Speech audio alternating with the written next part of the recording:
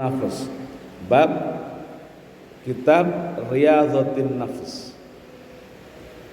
Pembahasan tentang Riyadhatin Nafs itu melatih jiwa. Melatih jiwa agar istiqomah dalam keberimanan dan keislaman. Untuk apa? Agar hati kita, jiwa kita tetap mendekat dengan Allah Subhanahu wa ta'ala.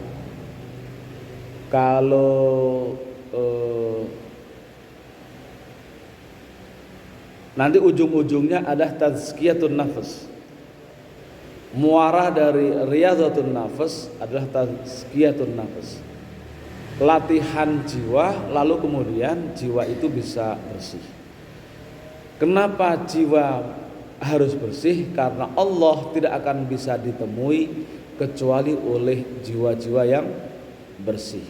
Ya ayyuhan nafsul mutmainnah irji'i ila rabbiki radiyatan mardiyah fadkhuli fi ibadi wadkhuli jannati. Ya ayyuhan nafsul mutmainnah, hai jiwa-jiwa yang tenang, irji'i ila rabbiki radiyatan mardiyah, kembalilah kalian kepada jalan Tuhanmu, radiyatan dengan rela, mardiyah dan juga yang menerimanya rela. Kan itu radiyatan mardiyah, kita rela, yang menerima juga rela ya, itu kerelaan itu diwujudkan dari nafas jiwa yang suci. Kalau di ayat akhir surat Al-Kahfi tadi yang saya sampaikan adalah faman kana yarju liqa'a rabbih falyamal amalan sholihan. Barang siapa yang berharap bisa atau akan bertemu dengan Tuhannya, falyamal amalan sholihan. Jadi riyadhatun nafs, latihan jiwa agar kita istiqomah dengan keimanan, salah satunya adalah falyamal amalan sholihan, beramal dengan yang amal yang soleh.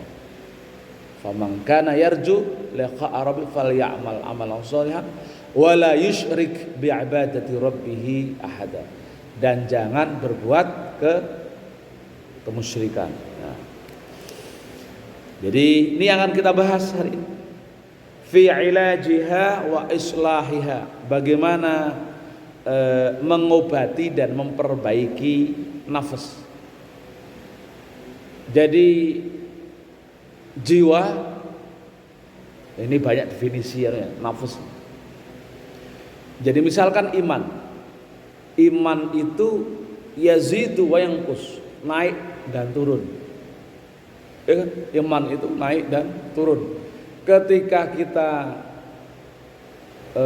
rajin ibadah, rajin baca Quran, berarti tanda iman sedang naik.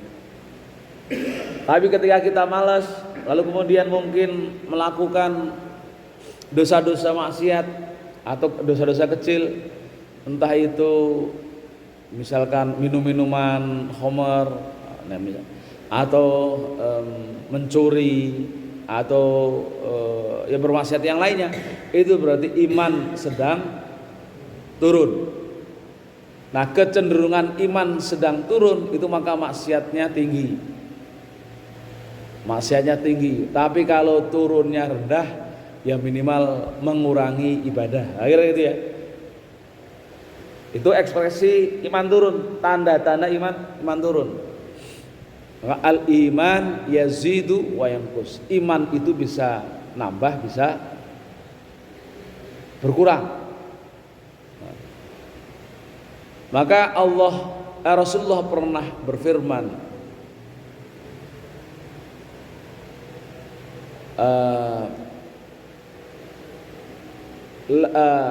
la yazni wa huwa mu'min. Tidak mungkin orang yang beriman dia berzina. Orang jadi tolak ukur iman itu begitu. Nah, kalau seorang muslim lalu kemudian melakukan dosa, itu namanya fasik. Seorang muslim lalu melakukan dosa, itu namanya fasik. Tapi dia tetap seorang muslim, tetap seorang yang beriman. Cuman dia lagi fasik. Jadi dia mengaku sudah bersyahadat, lalu mungkin suatu saat khilaf melakukan dosa berupa misalkan meminum khamr. Nah, dia tetap mukmin, dia tetap muslim, tapi fasik. Nah, maka kalau seorang mukmin yang fasik punya dosa besar, itu kadang tidak boleh menjadi saksi, tidak sah menjadi saksi seorang mukmin yang fasik, yang pernah melakukan dosa besar dan mungkin belum bertaubat, itu tidak boleh menjadi saksi, termasuk saksi perkawinan. Famu'alajatuha wal murad biqaulihi ta'ala qad aflaha man zakkaha. Maksudnya ketika dalam hal orang yang bisa mengobati jiwanya itu maksudnya adalah sebagaimana firman Allah qad aflaha man zakkaha. Sungguh berbahagia orang yang telah zakkaha, mensucikannya. Jadi bahagia orang yang penuh dengan kesadaran ketika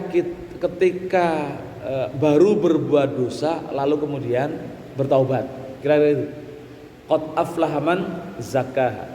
Sungguh berbahagia orang yang mensucikan atau membersihkan nafsu itu. Jadi kalau dalam hadis itu disebutkan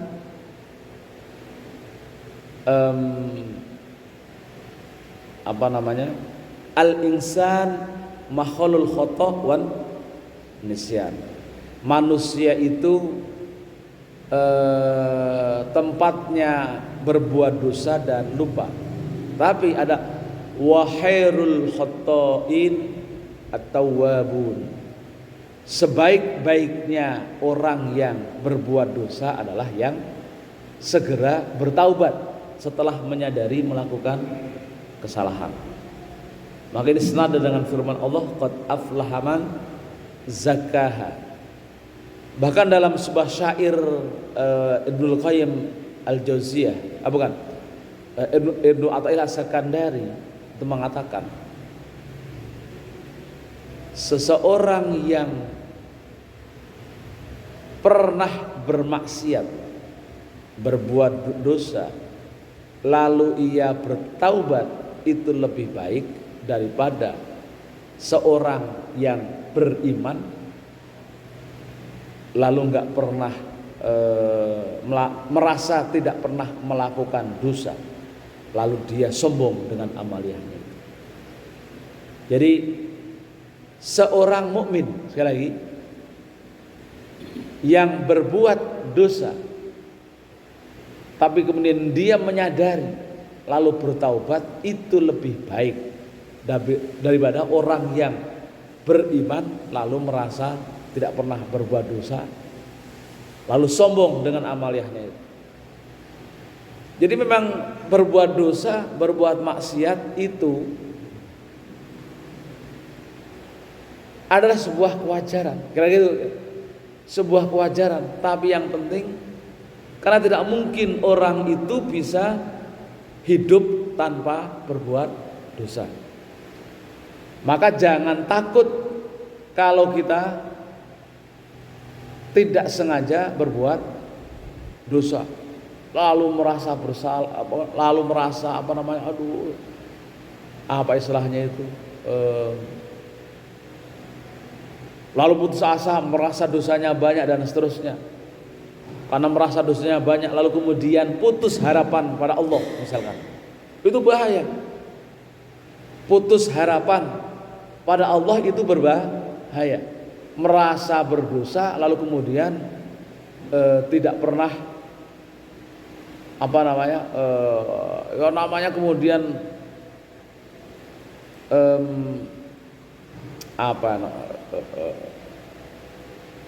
ya seolah-olah Allah tidak mengampuni dosanya.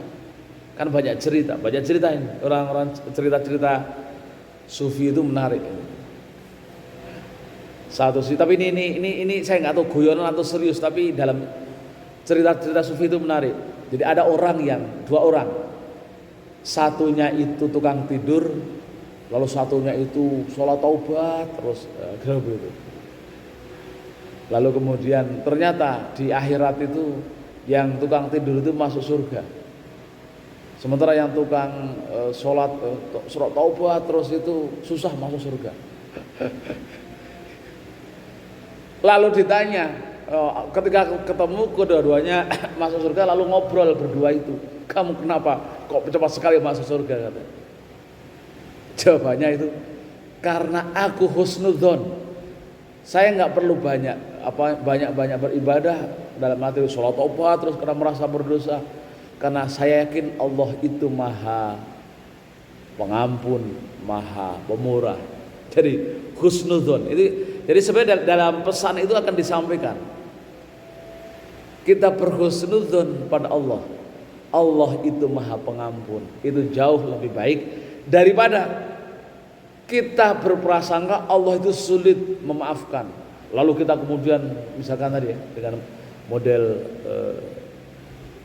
beribadah sholat taubat terus karena merasa Allah itu tidak akan mengampuni kalau enggak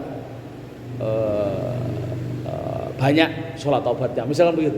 Jadi rupanya husnudzon, sekali lagi husnudzon, Allah itu adalah maha pengampun, itu jauh lebih baik daripada orang berprasangka kalau Allah tidak maha pengampun. Ini penting nih.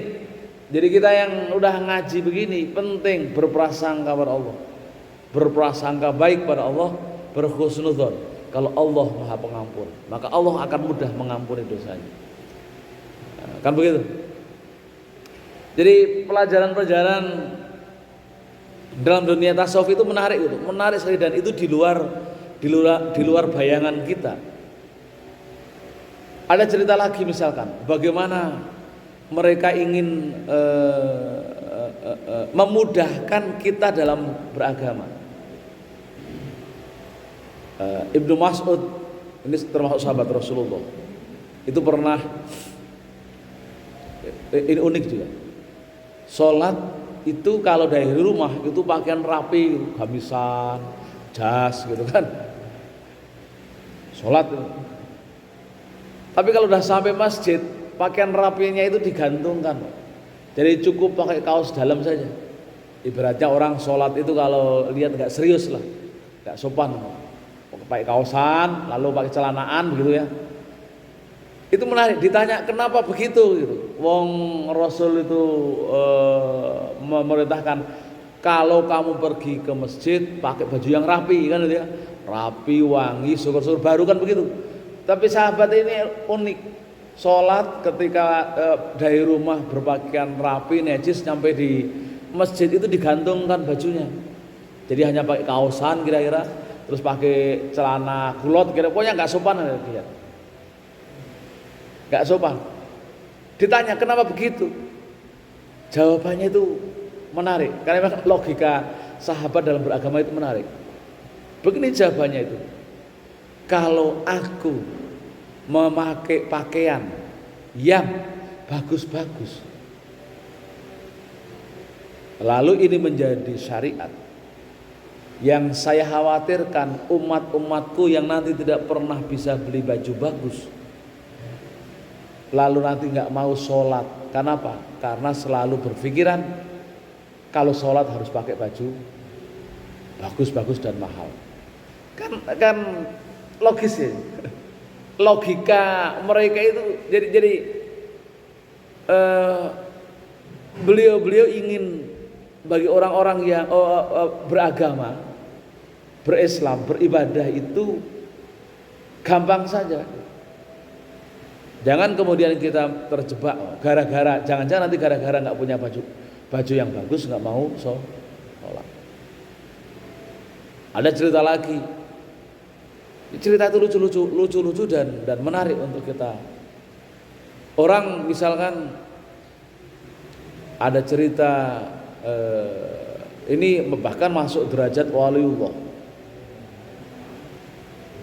Orang biasa kalau sholat itu kan rebutan sholat berdiri di belakang imam, kan begitu ya, karena orang yang berada di belakang imam itu dari sekian banyak pahalanya paling banyak.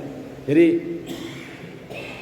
berdiri di belakang imam itu pahalanya paling banyak karena dia mengemban amanat.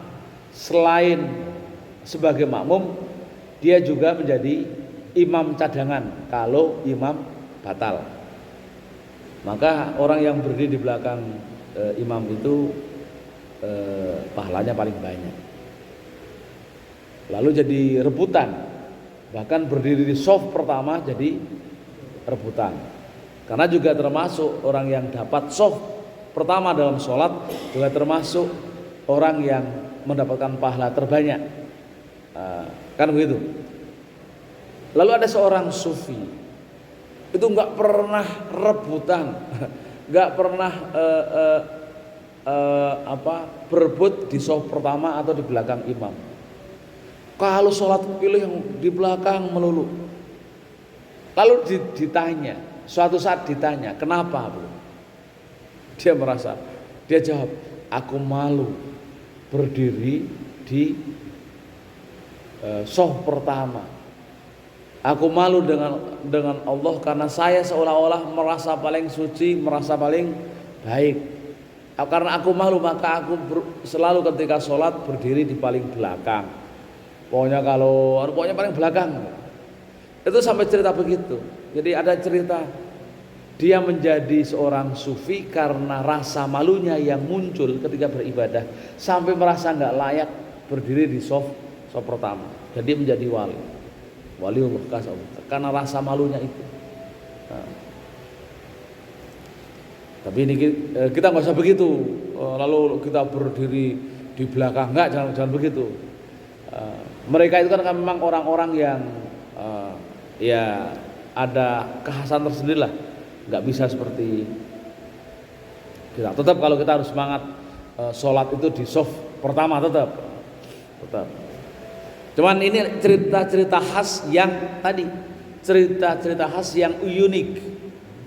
Karena untuk mendekati pada Allah ternyata juga tidak selalu dengan ibadah yang ekstrim. Kira-kira gitu ya.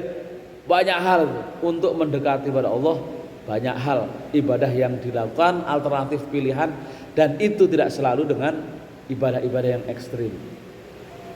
Ternyata tadi aja orang yang banyak tidur ternyata bisa masuk surga lebih cepat dari orang yang banyak ibadah. kan sebuah ungkapan-ungkapan, contoh-contoh yang menarik. Tapi jangan disamakan tidur kita dengan tidur mereka. Tidurnya seorang wali, tidurnya adalah zikir kepada Allah. Memang secara lahiriah tidur, tapi secara substansi dia tidak tidur. Maka dia sebut, karena aku telah husnudzon, kalau Allah Maha Pengampun maka aku tidak sholat taubat, tidak banyak istighfar, karena yakin Allah itu Maha Pengampun. Maka nyantai saja. Satu sisi karena membayangkan Allah itu sulit mengampuni dosa-dosanya, maka ibadahnya terlalu serius.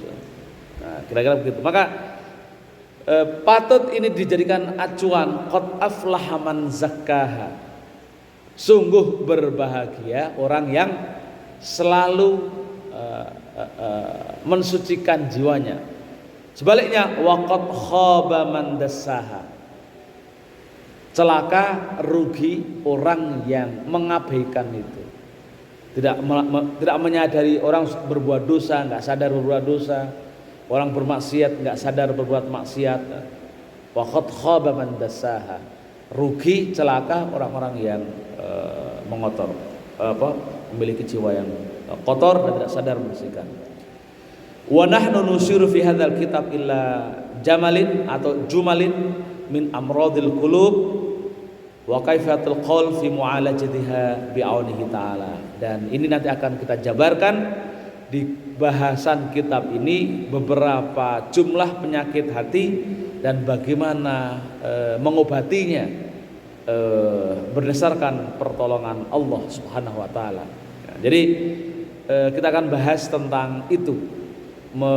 Bagaimana kita memiliki penyakit hati tapi kita punya jalan untuk mengobatinya. Kalau lagunya Hakim kan dengan lagu yang sederhana kan, jagalah hati jangan kau kotori. Ya, itu kan bab yang ini yang akan kita bahas. Bayanu fadilati husnil khuluqi wa mudhimmatu su'il khuluqi. Penjelasan tentang keutamaan akhlak yang baik dan celaan terhadap akhlak yang buruk.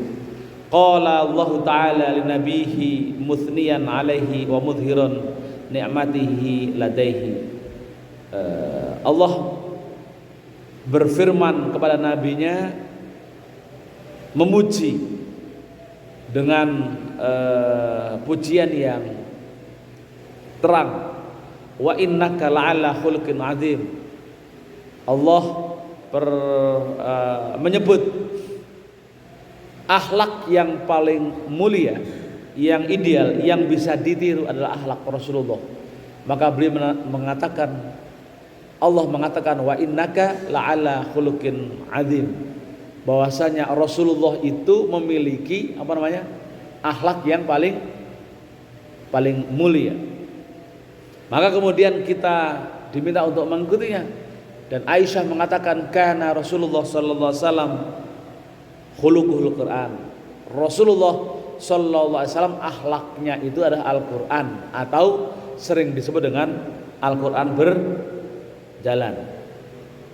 Jadi kalau mau melihat Al-Quran yang hidup, lihatlah Rasulullah. Seperti itulah kira-kira ajaran Al-Quran yang terdapat dalam akhlak yang terdapat dalam Al-Quran. Qala sallallahu alaihi wasallam innama bu'ithtu liutamima makarimal akhlak.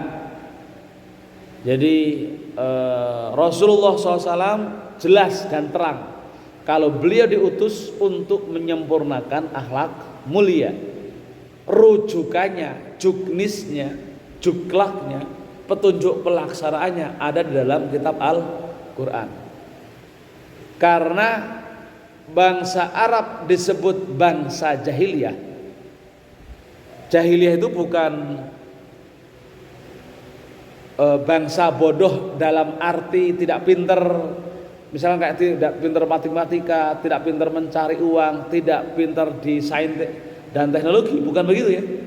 Disebut bangsa jahiliyah adalah karena mereka tidak mengetahui sumber-sumber ajaran moral. Kalau pinternya pinter, wong dagang itu termasuk memiliki strategi dagang yang jitu. Bahkan jalur sutra yang dibangun antara Makkah, lalu kemudian Syam, lalu kemudian Irak sampai ke Cina, itu sudah terbangun sejak dulu, disebut jalur sutra. Jadi jalur perdagangan dari Cina kemudian nanti ke Irak, kemudian ke Syam, jalur yang disebut jalur sutra perdagangan itu sudah ada sejak zaman sebelum Islam ada.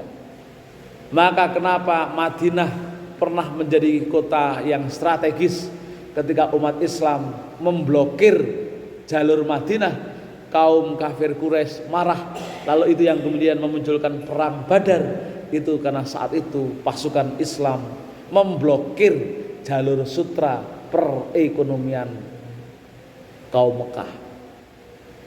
Kan begitu. Jadi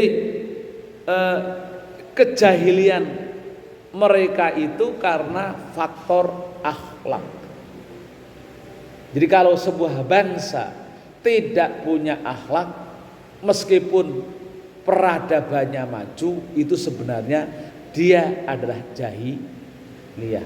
Maka misi Rasulullah liutammima makarimal akhlak, menyempurnakan akhlak. Karena itu yang paling keren, yang paling mulia. Tanpa itu dunia akan cepat hancur. Ya. Tanpa itu dunia akan cepat hancur, tanpa akhlak yang benar. Sebagus apapun, ini contoh, ini Israel, teknologi canggih tapi dipakai untuk membunuh manusia. Itu artinya moral tidak ada. Tidak ada rasa belas kasihan. Padahal dari si peradaban keren, peradaban teknologinya keren, bisa bikin senjata dan rudal yang keren, tapi tanpa dilandasi moral. Yang terjadi kemudian adalah terlalu mudah membuang nyawa. Dan di dalam zaman itu sama, anak kecil, perempuan dibunuh, dikubur hidup-hidup. Kan itu yang kemudian menunjukkan kebodohannya, kejahiliannya. Coba bayangkan anak kecil didorong ke kuburan, ke lubang lalu diuruk hidup-hidup. Bagaimana? Gak kayak hewan. Itu yang sampai kemudian Sayyidina Umar bin Khattab terbayang-bayang merasa menyesal sekali. Bagaimana membayangkan anaknya perempuan hidup-hidup didorong ke lubang lalu diuruk. Itu yang menjadikan contoh kejahilian yang paling ekstrim, yang kemudian Sayyidina Umar setiap kali ingat itu mesti bersedih dan nangis. Betapa jahiliyahnya mereka itu, kan begitu kan? Betapa jahiliyahnya. Karena memang nggak ada akhlaknya itu. Perempuan dijual, kan gitu. Jadi kalau di pasar-pasar itu menjual manusia biasa, menjual manusia sebagai budak dan menjual perempuan sebagai pelampiasan seks biasa di pasar-pasar pajang. Dan sekarang itu banyak begitu model-model memajang perempuan. Kalau saya pernah ke Belanda itu ada namanya kota namanya Red Light. Jadi masuk ke sebuah komplek itu ada etalase. Nah dipajang di situ perempuan itu berdiri hanya pakai bikini gitu kan. Jadi kita mau milih nanti kalau misalkan mau masukin koin di situ. Masukin koin, buka pintu, ngambil satu, silakan habis itu. Kayak gitu jahiliyah sekali. Jadi itu potret kejahiliahan di zaman modern. Ini pajang begitu kan. Nah, saya kan survei ngelihat gitu maksudnya seperti apa sih rumor namanya Red Light.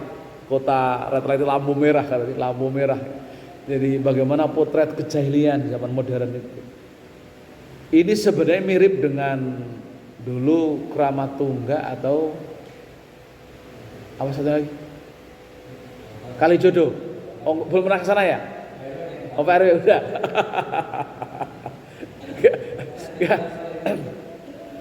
Jadi sebelum ini menjadi Islamic Center, Kramatungga itu juga sama, mirip katanya, tapi saya belum pernah. Cuman katanya itu seperti Red Light-nya di Belanda. Kalau di Belanda kan karena bareng-bareng jadi kita nggak malu, nggak ada yang tahu kan gitu. Kalau di Kramatungga itu nggak kayak gitu juga. Dipajang katanya begitu etalase, nanti dipajang perempuan suruh duduk lalu suruh milih gitu. Atau masuk ke ruangan nanti ada dipajang, dimilih harganya ini harganya sekian. Jadi mirip zaman jahiliyah zaman sebegitu, perempuan dipajang, dijual. Jadi itulah potret kejahiliahan mereka. Jadi bukan namanya kebodohan di bidang teknologi, tapi apa tadi? Ketiadaan moralitas. Jadi kalau kita tidak memiliki moral, itu tidak jauh berbeda dengan kaum jahiliyah. Maka Rasul di awal-awal mengatakan innama bu'itsu liutammima makarimal akhlak. Tugas Rasulullah itu adalah menyempurnakan akhlak mulia. Lalu kemudian Rasul juga mengatakan di hadis yang lain, ini menarik juga. Jadi inti beragama ad-dinu husnul khulqi.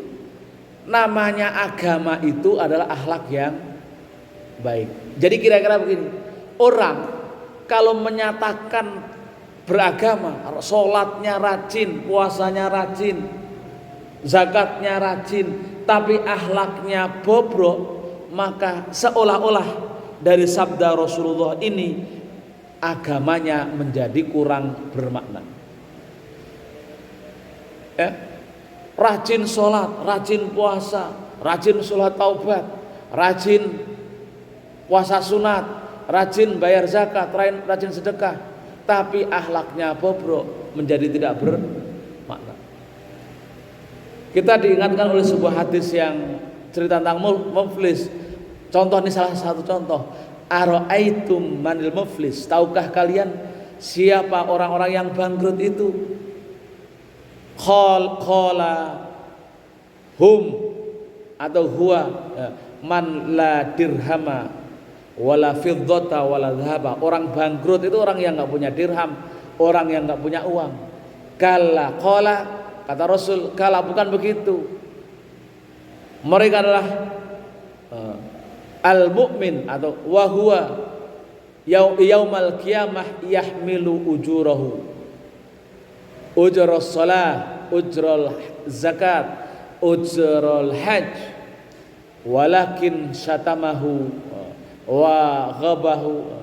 Mereka itu ketika ke akhirat membawa pahala-pahala itu, pahala sholat, pahala haji, pahala zakat, pahala puasa, tapi kemudian selama hidupnya dia selalu mencela, mencaci maki, lalu menghibah, lalu ujung-ujungnya ketika dihisab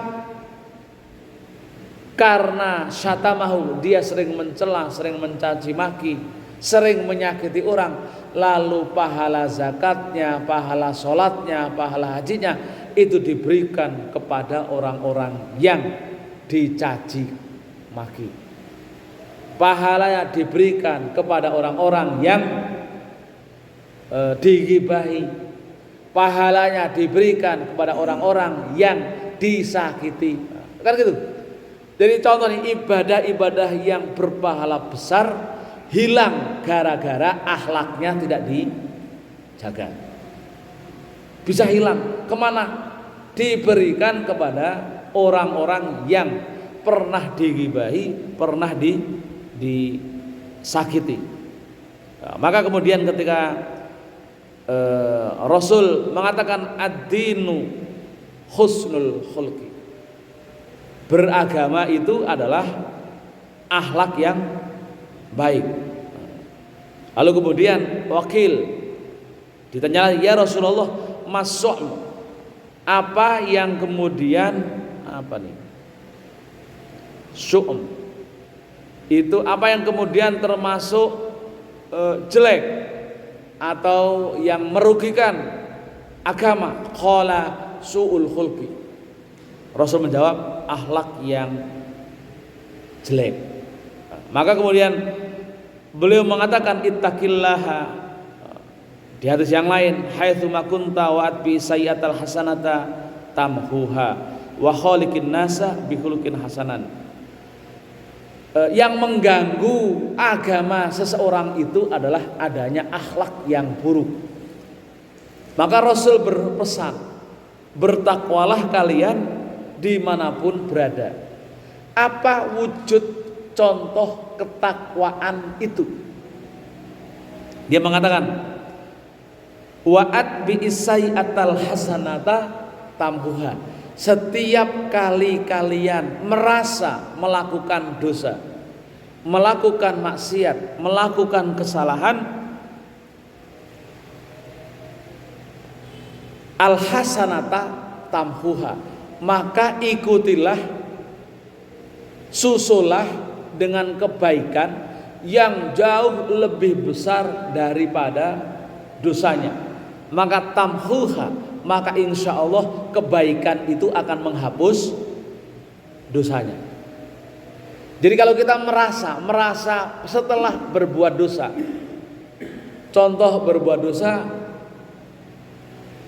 yang kecil-kecil dulu ya, misalkan tanpa sengaja menghibah orang, kan dosa itu. Lalu segera ikuti, tutupi dengan berbuat baik apapun itu. Nah, entah itu berbuat baik dengan pasangannya, mengoptimalkan rasa sayangnya pada anak cucunya, atau berbuat baik kepada tetangganya, atau bersedekah, gara-gara itu ghibah yang karena merasa itu langsung taubat. Jadi taubatnya itu setiap kali berbuat baik, setiap berbuat maksiat, ikuti dengan perbuatan baik. Maka insya Allah itu akan menutupi atau bahkan menghapus dosa itu. Kan gitu ya. Ini sabda Rasulullah. Maka penjelasan hadis selanjutnya, wa khaliqin nasa bihulukin hasanin, menjadi titik tekan, wa khaliqin nas, berbuat baiklah dengan manusia yang lain, bihulukin hasanin, dengan menunjukkan akhlak yang baik. Jadi perbuatan baik yang paling efektif, terukur, langsung bisa dirasakan adalah dengan menunjukkan karakter atau akhlak yang baik kepada orang lain. Melakukan apapun, dosa apapun, misalkan sholat lupa itu kan juga dosa, maksiat. Sampai lewat, ingatnya udah lewat, ya memang ada qadha. Tapi setelah qadha kita tutupi dengan kebaikan-kebaikan yang lain. Meskipun kita dalam teori sebuah kewajiban yang ditinggal tidak bisa ditutupi dengan perbuatan-perbuatan sunat, tapi kita yakin dengan nilai kebaikan yang baik, yang besar, nilai kebaikan yang besar, insya Allah itu akan bisa menghapus dosa-dosa yang telah kita lakukan. Itu pesan dari hadis ini kira-kira. Ada lagi yang menarik ini. Rasul ditanya, Rasul ditanya, ya Rasulullah, hai Rasulullah, inna fulanatan, ini ada seorang perempuan, fulanah, tasumun nahar, berpuasa banyak sekali di siang hari, puasa banyak, ya puasa wajib sebulan lunas, puasa sunat Senin Kemis lunas, puasa bed dilakukan, puasa apapun pokoknya hampir setiap hari puasa. Wa taqumal laila, dan setiap malam bangun, bukan hanya bangun mau kencing, tapi maksudnya nih wa taqumul lail itu qiyamul lail. Tapi wahia sayyi'atul khuluqi, tapi dia memiliki karakter yang jelek, buruk. Tu'dzi jiranaha, sering menyakiti para tetangganya, bilisaniha, dengan lisannya. Qala, kata Rasul, la khaira fiha. Jadi orang yang sholatnya banyak, orang yang puasanya banyak, orang yang qiyamulailnya banyak, apalagi tadi itu tidak bermakna. Rasul mengatakan la khaira fiha, tidak ada kebaikan pada dirinya. Jadi puasanya enggak manfaat, sholatnya enggak manfaat, apalagi qiyamulailnya enggak manfaat kalau akhlaknya jelek, terlalu gampang menyakiti manusia yang lain. La khaira fiha, tidak ada kebaikan di dalamnya. Dia perempuan itu min ahlin nar, termasuk ahli neraka.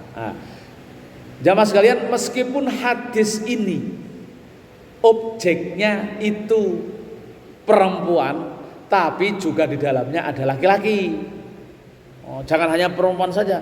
Ini kalau yang membaca itu sinis sama perempuan, ini hanya untuk perempuan, bukan. Ini juga untuk laki-laki. Cuman kecenderungannya yang banyak melakukan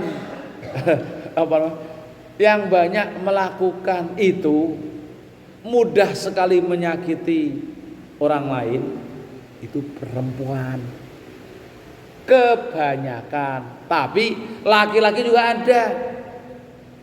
ada.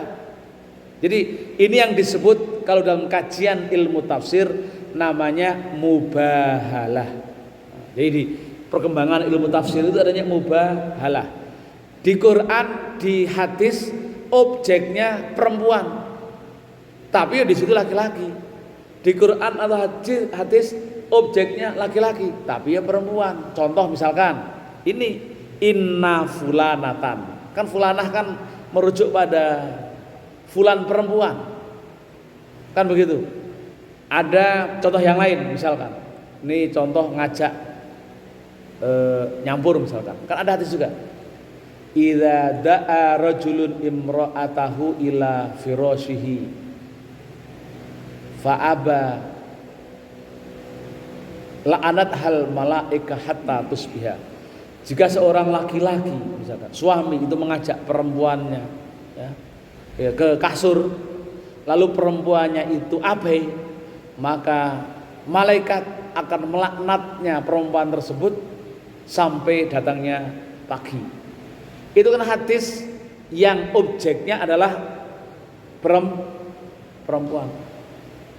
Secara tekstual perempuan, tapi laki-laki sama juga. Laki-laki kalau diajak, diminta sama istrinya, menolak, sama. La'ana hal malaika hatta tusbiha. Ya laki-laki itu akan dilaknat oleh malaikat sampai datangnya pagi hari. Itu namanya dalam ilmu tafsir namanya mubahalah. Ya, namanya mubahalah. Jadi, tapi kalau banyak penceramah yang sering menyatakan hadis itu untuk perempuan saja, enggak. Itu tuh laki-laki juga. Contoh lagi yang lain itu banyak sekali. Ru'itu nar, aku pernah diperlihatkan neraka. Fa'aktsaru fiha an-nisa, di dalamnya itu banyak perempuan. Jadi yang sering dijadikan sasaran oleh para dai-dai. Jadi hati-hati, mama nih paling banyak menjadi penduduk neraka. Bukan begitu. Jangan dilihat itunya. Karena ada pertanyaan selanjutnya. Kil, kata sahabat, ayakfurna ya Rasulullah. Ya Rasulullah, apakah mereka itu kafir? Banyak kafir? Apakah perempuan itu banyak kafir? Kata Rasul, kala, bukan. Mereka ayakfurna, ya, ba'laha, mereka kafir terhadap suaminya, terhadap keluarganya, tidak mensyukuri, dan lain sebagainya, bla bla bla bla. Ini kan sama saja. Ini juga jangan dilihat penduduk mayoritas neraka itu perempuan, tapi dilihat penjelasannya tadi. Oh, kafir terhadap keluarganya. Kan tidak hanya perempuan. Cuman kadang yang sering itu kan perempuan dikasih gaji enggak syukur, kan gitu. Jadi hal-hal itu bisa mengantarkan pada neraka. Sama halnya dengan nanti ke laki-laki yang juga tidak bersyukur dengan keluarganya, sama dosanya. Itu akan menjadi salah satu pendorong masuk neraka. Jadi itu namanya mubahalah. Jadi di hadis itu yang dihadapi terlihat perempuan, tapi juga di dalamnya laki-laki. Ya. Jadi menarik. Wa qala sallallahu alaihi wasallam, hadis yang lain, innallaha istakhlasa hadza dina li nafsihi wa la yuslihu lidinikum illa sakha wa husnul khulqi ala fazayyinu dinakum biha. Sungguh Allah sallallahu alaihi wasallam memurnikan agama, ya. Agama ini li nafsihi, dengan cara memperbaiki jiwa-jiwanya, akhlaknya. Wala yuslihu lidinikum illa dan tidak memperbaiki agamanya dengan kesejahteraan, dengan kekayaan, enggak. Memperbaiki agama bukan dengan kekayaan, dengan kesejahteraan, tapi dengan memperbaiki jiwanya dengan akhlak yang mulia, wa husnul khulqi, dan akhlak yang mulia. Ala fazainu dinakum bihima, maka kemudian hiasilah agamamu dengan keduanya, dengan akhlak yang baik itu. Jadi itu jadi acuannya. Sekali lagi ini kesimpulannya. Ibadah yang baik tidak atau kurang bermakna jika tidak disertai dengan akhlak yang baik. Malah itu kata Rasul, la khaira fiha hiya min ahlinnar. Itu kesimpulannya. Maka ya kita harus perbanyak akhlak baiknya, ya, karena ini jauh lebih penting. Jadi kalau di dalam hadis yang lain, ini objeknya juga perempuan. Idza shollat imra'atun khamsaha, jika seorang istri, seorang perempuan sholat 5 waktu, wasiyamat sahroha, lalu berpuasa 1 bulan Ramadan, wahasunat farjaha, tapi kemudian dia menjaga kehormatannya, menjaga kemaluannya, wa asyurat ba'laha, lalu memperbaiki atau berbuat baik dalam menggauli bersama keluarganya, dakhala min ayyi abwabin al jannah, dia dapat masuk surga dari pintu manapun. Yang penting sholat 5 waktu aman, puasa Ramadan aman, yang wajib aman, itu saja. Menjaga kehormatannya, kehormatan dirinya, menjaga kemaluannya, dan menjaga atau berbuat baik kepada keluarga. Dakhalal jannata min ayyi abwabin sya'at, bisa masuk surga bisa milih melalui pintu manapun. Kalau gitu, jadi di situ malah yang ditekankan, pokoknya yang wajib tuntas, tapi jangan lupa di situ adalah wa asyurat ba'laha, berbuat baik kepada keluarganya, akhlak laki-laki.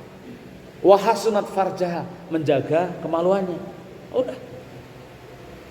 Dakhalat jannata min ayyi abwabin sya'at, bisa masuk surga milih pintu manapun, nggak akan diseleksi karena sudah terdeteksi ini orang-orang yang baik, ini orang-orang yang berakhlak, kewajibannya aman, lalu kemudian akhlaknya aman. Udah, malaikat nggak akan memeriksa, masuk lewat sana, masuk kemana-mana masuk. Mudah-mudahan kita termasuk orang yang seperti ini, ya.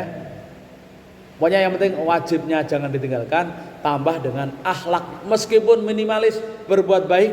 Di hadis itu hanya 2 akhlaknya, apa tadi, menjaga kemaluannya, menjaga kehormatannya, dan memperbaiki atau menggauli keluarganya secara baik, menjaga keluarganya. Wallahu a'lam bishawab. Demikian, mudah-mudahan memberikan manfaat dan bisa membekali hidup kita semua untuk menjadi orang-orang yang soleh dan menjadi orang yang baik.